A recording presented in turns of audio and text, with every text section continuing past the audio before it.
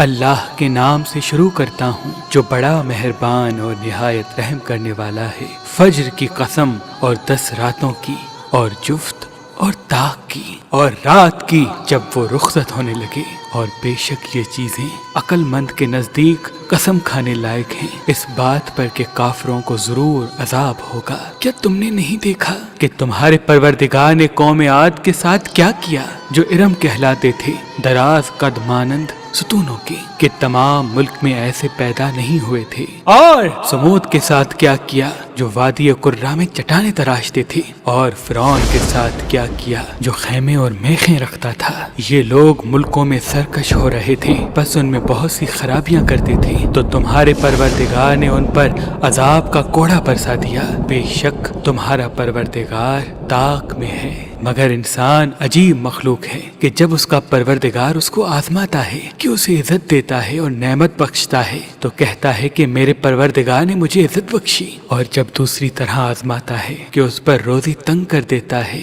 تو کہتا ہے کہ میرے پروردگار نے مجھے ذلیل کیا۔ یوں نہیں، بلکہ تم لوگ یتیم کی خاطر نہیں کرتے اور نہ مسکین کو کھانا کھلانے کی ترغیب دیتے ہو، اور میراث کے مال کو سمیٹ کر کھا جاتے ہو، اور مال کو بہت ہی عزیز رکھتے ہو۔ یوں نہیں، جب زمین کوٹ کوٹ کر برابر کر دی جائے گی اور تمہارا پروردگار جلوہ فرما ہوگا، اور فرشتے قطار در قطار آ جائیں گے، اور دوزخ اس دن سامنے لائی جائے گی، تو انسان اس دن سوچے گا، مگر اب سوچنے سے اسے فائدہ کہاں مل سکے گا؟ کہے گا کاش میں نے اپنی اس زندگی کے لیے کچھ آگے بھیجا ہوتا، تو اس دن نہ کوئی اللہ کے عذاب کی طرح کا عذاب دے گا، اور نہ کوئی اس کے جکڑنے کی طرح جکڑے گا۔ اے اطمینان والی جان، اپنے پروردگار کی طرف لوٹ چل، تو اس سے راضی، وہ تجھ سے راضی، سو تو میرے خاص بندوں میں شامل ہو جا، اور میری بہشت میں داخل ہو جا، اور میری بہشت میں داخل ہو جا۔